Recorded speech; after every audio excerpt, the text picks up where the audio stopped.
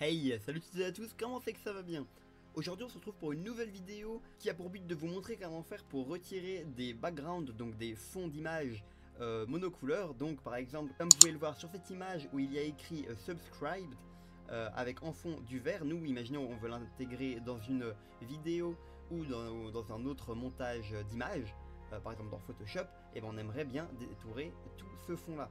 Donc je vais vous montrer comment faire pour détourer des images grâce à Python, et donc ce qui vous permettrait aussi éventuellement d'automatiser, bon ça je vous laisserai le faire de votre côté, mais d'automatiser une série d'images avec des fonds verts pour pas devoir les faire une par une sur d'autres applications externes. Voilà.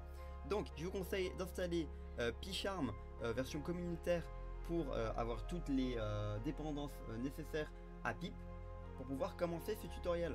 Une fois que c'est fait, que vous avez votre idée favori pour suivre le tutoriel en Python, je vous propose directement de créer un nouveau projet. On va directement donc faire clic droit sur le haut, faire File, vous l'appelez par exemple Remove Background, hop là, Background Color, yups, lui mettre quand même une petite extension .py parce que ça serait quand même sympa que ce soit détecté comme du Python. Voilà, donc on a un fichier Python. On va évidemment définir que le débugage se fasse sur lui, donc on va directement cliquer là et on va donc dans Remove Background Color, fabuleux. Donc là on peut déjà lancer le débugage, il va se passer absolument que dalle. Et une fois qu'on est là, on va tout d'abord devoir installer une petite bibliothèque qui s'appelle OpenCV Python. Donc ce qui va nous permettre de faire tout ce qui est le traitement de l'image. Donc là on va faire un pip install OpenCV Python. Hop là, OpenCV Python. Vous allez l'installer, bon personnellement je l'ai déjà donc ça va pas m'installer, mais ça fonctionne bel et bien de votre côté sans aucun problème. Donc tout en haut de la page vous faites un import CV2, donc là on importe les bibliothèques.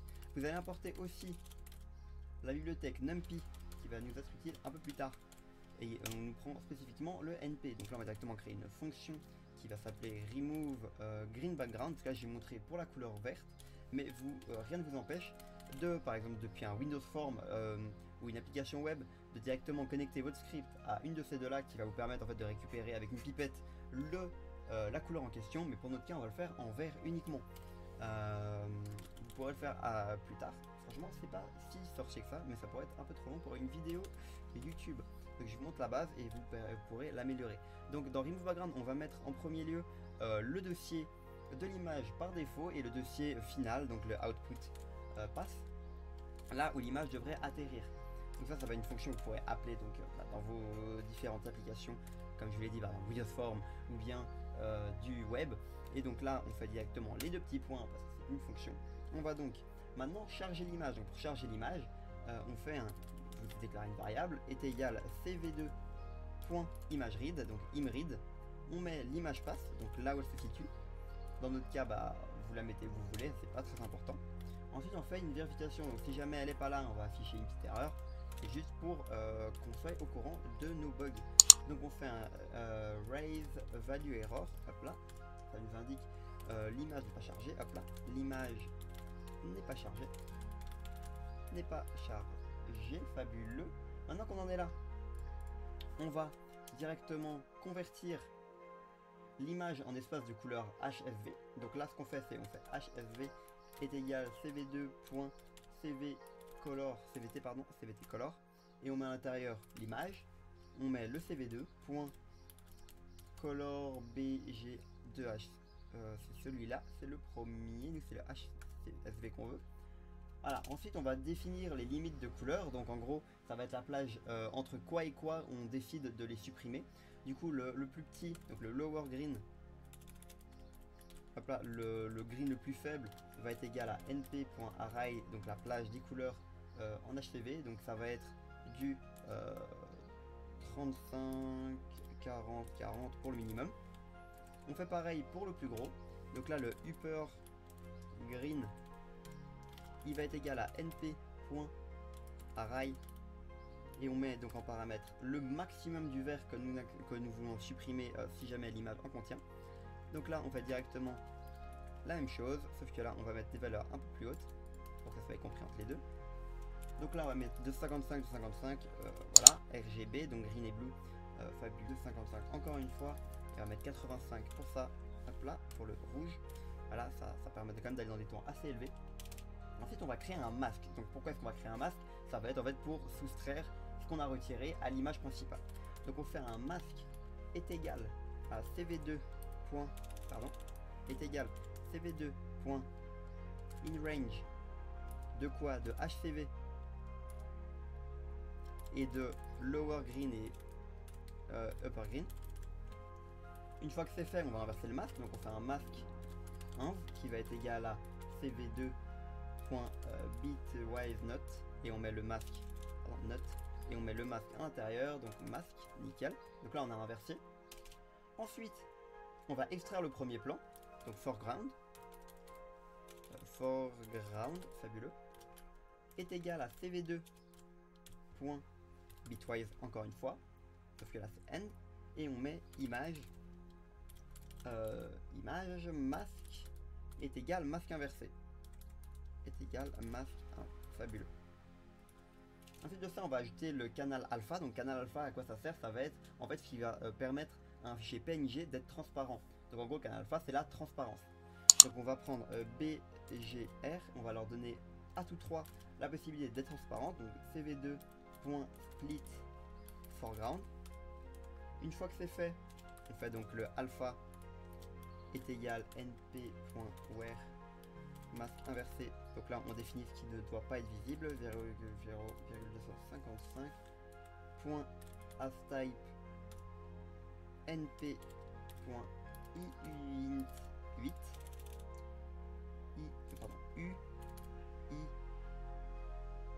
uint8, magnifique, voilà, uint8.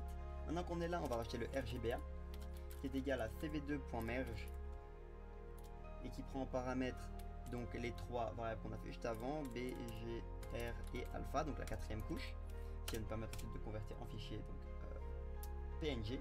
Sans ça, ça ferait une image noire en fond. Image write, et on prend quoi dedans? On prend le output path et le RGBA. Et là, on peut faire un exemple directement. Donc là, déjà, tout cela fonctionne sans problème. Donc là, maintenant, on va directement l'essayer.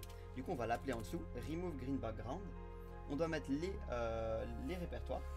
Donc pour ce faire, on doit mettre le répertoire de l'image et de l'endroit où elle doit finir. Donc pour mon cas, j'ai créé deux fichiers ici.